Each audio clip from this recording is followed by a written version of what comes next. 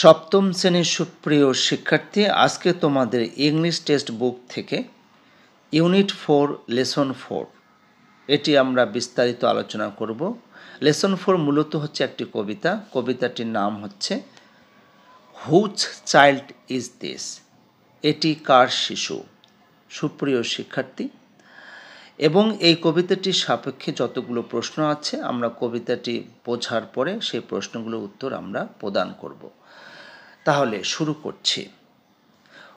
হুচ child is this, এটি কার শিশু। Whose child is this I asked one day, এটি কার শিশু আমি একদিন জিজ্ঞেস করলাম। Seeing a little one put at play, একটি ছোট শিশুকে খেলতে দেখে। Mine said the parent with a tender smile, আমার বাবা মা মিষ্টি হাসি দিয়ে বললেন। Mine to keep a little while, আমার কিছু সময়ের জন্য রাখতে হবে। To bath his hands and comb his hair, তার হাত ধোয়া এবং চুল আঁচড়ানো। To tell him what his to wear, তাকে বলার জন্য কি পড়তে হবে। To prepare him that he may always be good, তাকে প্রস্তুত করার জন্য যেন সে সবসময় ভালো থাকে। At each day do the things he should, এবং প্রতিদিন সঠিক কাজগুলো করতে পারে। Whose child is this I asked again, এটি কার শিশু আমি আবার জিজ্ঞেস করলাম। As the door opened and someone came in, যখন দরজা খুলে একজন প্রবেশ করলেন। Mine said the teacher with the same tender smile, আমার শিক্ষকও একই মিষ্টি হাসি দিয়ে বললেন। Mine to keep just for a little while, আমার কিছু সময়ের জন্য রাখতে হবে। To teach him how to be gentle and kind, তাকে কোমল এবং সদয় হতে শেখাতে। To train and direct his dear little mind, তার প্রিয় ছোট্ট মনের প্রশিক্ষণ দিতে।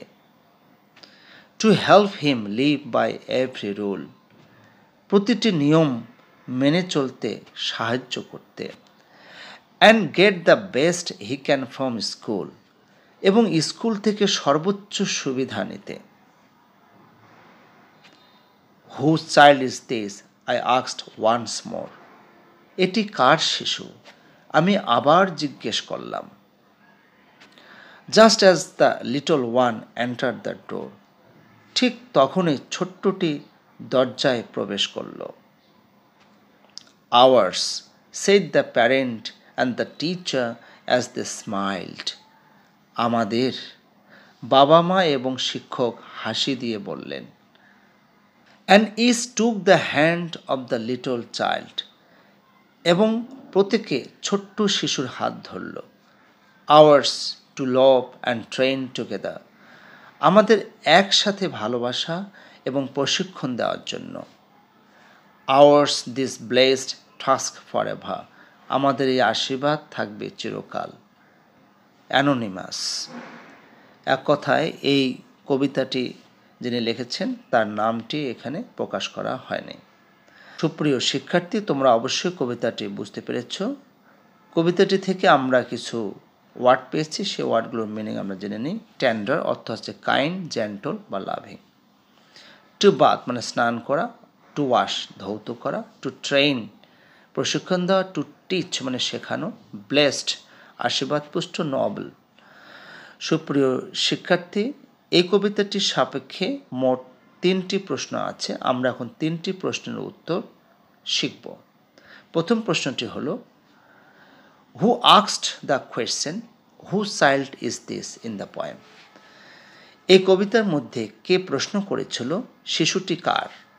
উত্তর হবে the speaker, the narrator asked the question, অর্থাৎ কবিতার যিনি বক্তা তিনি এই প্রশ্নটি করেছেন। 2 নম্বর কোয়েশ্চেন হলো, how many times did he or she ask the question whose child is this? তিনি আসলে কতবার এই প্রশ্নটি করেছেন, এই শিশুটি কার? আমরা জানি কবিতাটির মধ্যে তিনি 3 বার এই প্রশ্নটি করেছেন, তাই উত্তরটি হবে the question was asked 3 times. প্রশ্নটি 3 বার করা হয়েছে। Who answered the question in stanza 1, 2 and 3? Stanza 1, 2 এবং 3-তে কে প্রশ্নের উত্তর দিয়েছিল? Stanza 1, the parent answered.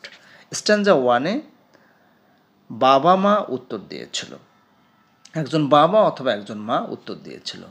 In stanza 2, the teacher answered. Stanza 2-তে শিক্ষক উত্তর দিয়েছিল। And in stanza 3, both the parent and the teacher answered together. এবং স্ট্যান্জা 3-তে বাবা অথবা মা এবং শিক্ষক একত্রে উত্তর দিয়েছিল। আমরা এখন সি নাম্বার অ্যাক্টিভিটিটা পড়ে নিচ্ছি। সুপ্রিয় শিক্ষার্থী, সি নাম্বারে কি দেওয়া আছে আমরা একটু পড়ে নিই। Read the poem silently again and list the things or activities both the parent and the teacher do individually and together. One is done for you. কবিতাটি আবার পড়ো এবং বাবা অথবা মা এবং শিক্ষক ব্যক্তিগতভাবে শিশুদের জন্য কি করে, ব্যক্তিগতভাবে এবং একত্রে কি কি কাজ তাদের শিশুদের জন্য, তাদের শিক্ষার্থীদের জন্য করে, সেগুলো একটি লিস্ট তৈরি করতে বলা হচ্ছে। এবং এখানে একটি দেওয়া আছে, সুপ্রিয় শিক্ষার্থী তোমরা এখানে দেখতে পাচ্ছ, হোয়াট দ্য প্যারেন্ট ডাস, অর্থাৎ বাবা অথবা মা কি করে। 2 নম্বরে আছে হোয়াট দ্য টিচার ডাস, শিক্ষক কি করে। 3 নম্বর রয়েছে what both the parent and the teacher do, অর্থাৎ একজন বাবা বা মা এবং শিক্ষক কি করে। সুপ্রিয় শিক্ষার্থী, তোমাদের এই প্রথমটা কিন্তু দেওয়া ছিল, যেমন একজন বাবা বা মা করে গিভস আ বাথ, শিশুকে স্নান করিয়ে দেয়। একজন শিক্ষক করে teaches him how to be kind, অর্থাৎ কীভাবে দয়ালু হতে হবে সেটা শেখায়। আর শিক্ষক এবং বাবা অথবা মা একত্রে কী করে, লাভ দ্য চাইল্ড, শিশুকে ভালোবাসে। এই 3টা তোমাদের দিয়ে দেওয়া ছিল, আর বাকি 2টো আমি কবিতা থেকে সংগ্রহ করেছি এবং তোমরাও এভাবে সংগ্রহ করে লিখবে। তো বাবা বা মা কি করে, আমি 2 নম্বরে লিখেছি কমস হিজ হেয়ার, অর্থাৎ তারা চুলের চিরুনি ব্যবহার করে। 3 নম্বর হবে tells him what to wear, কী পড়তে হবে এটা তাদেরকে বলে। হোয়াট দ্য টিচার ডাস, শিক্ষকেরা কী করে, আমি 2 নম্বরে দিয়েছি ট্রেইনস অ্যান্ড ডিরেক্টস হিজ মাইন্ড, তাকে প্রশিক্ষণ দেয় এবং তার মনকে কিভাবে পরিচালিত করতে হবে সেটা শেখায়। Helps him live by every rule, এবং প্রত্যেকটা নিয়ম মেনে চলে কীভাবে বসবাস করতে হবে সেটা শেখায়, শিক্ষকরা শেখায়। আর বাবা মা এবং শিক্ষকরা একত্রে কিভাবে শিশুদেরকে কি শেখায়, আমি 2 নম্বরে লিখেছি ট্রেন দ্য চাইল্ড টুগেদার, তারা একত্রে শিশুদেরকে প্রশিক্ষণ দেয়। এরপর হবে টেক দ্য চাইল্ডস হ্যান্ড, এবং তারা একত্রে শিশুদের হাত ধরে।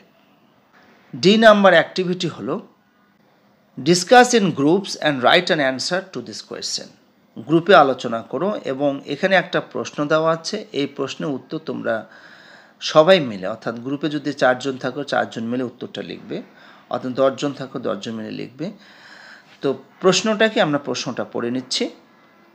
Why do both parent and teacher smile and answer the question whose child is this by saying mine and ours? কেন বাবা অথবা মা এবং শিক্ষকেরা মৃদু হাসি হাসে এবং সেই প্রশ্নটি উত্তর দেয় যে এই শিশুটি কার, কি বলে উত্তর দেয়, মাইন এবং আওয়ার্স, আমার এবং আমাদের বলে উত্তর দেয়।